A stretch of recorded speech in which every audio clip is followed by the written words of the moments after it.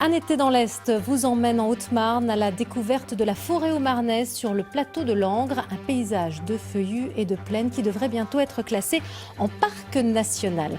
Voilà, très belle soirée sur France 3 et à demain. Au revoir à tous. Retrouvez toute votre actualité régionale sur l'application France 3 Régions.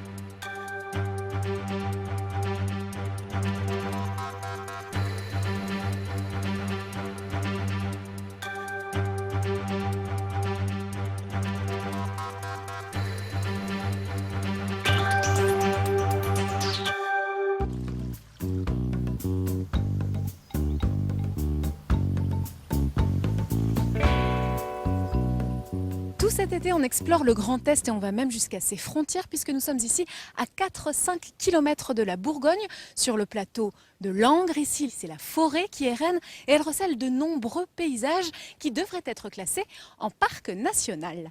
Et pour commencer la visite, je vous propose un peu de musique. Oui, vous avez bien compris, c'était un orgue à bottes, perdu au beau milieu d'une forêt préservée, que l'on bichonne, que l'on surveille, que l'on travaille, mais pas trop, et que l'on montre aussi comme une fierté, un bijou de la nature, mis en valeur par un sentier balisé et donc des bornes interactives. Oh, ça fait une méga belle vue. Ça fait une belle vue, hein, bah ouais. On s'y sent bien, on est apaisé quand on vient dans un endroit pareil, c'est verdoyant et puis il y a plein de petites bêtes à découvrir. Et des arbres, bien sûr. Une douzaine d'essences comme un échantillon parfait de la forêt feuillue du plateau de Langres. Une moitié de cette réserve naturelle est exploitée, l'autre moitié est conservée en l'état. De quoi préserver des espèces vulnérables comme la cigogne noire. Elle a besoin de grands massifs forestiers qui sont calmes.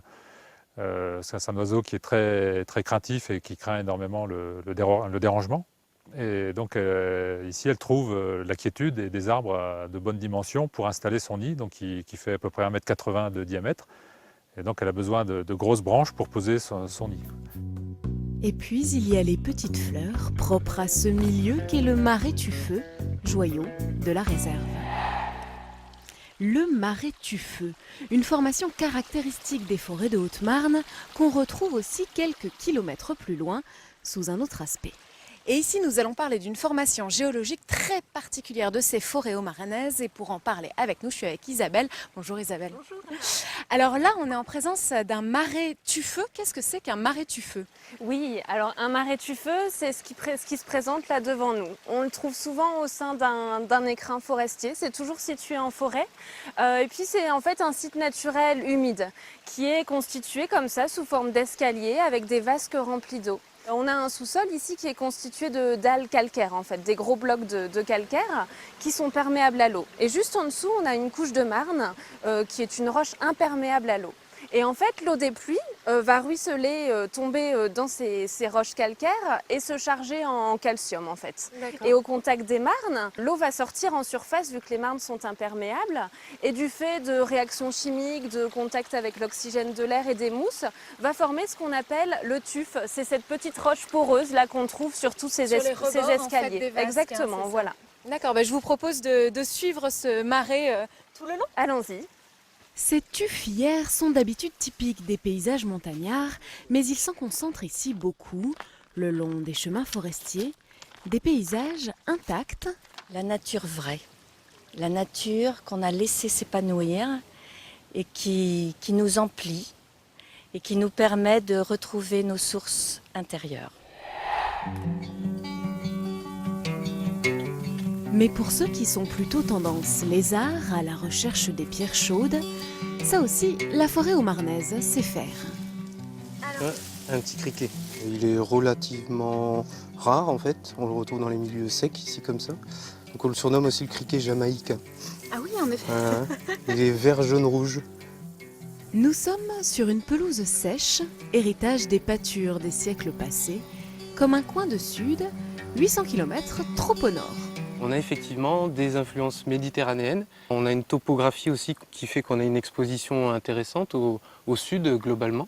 Mais on a surtout ces calcaires très perméables, fissurés, qui ne retiennent pas du tout l'eau. Et on a un sol ici en surface qui est très très sec. Donc on retrouve une faune et une flore sur ces pelouses sèches qui sont inféodés, qui sont adaptés à ces conditions d'extrême sécheresse.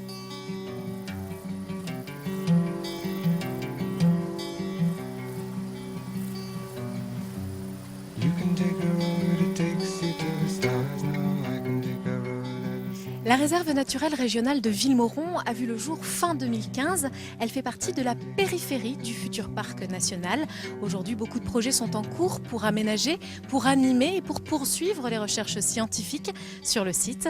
Voilà, notre visite s'achève ici. Demain, nous poursuivrons notre découverte du Grand Est.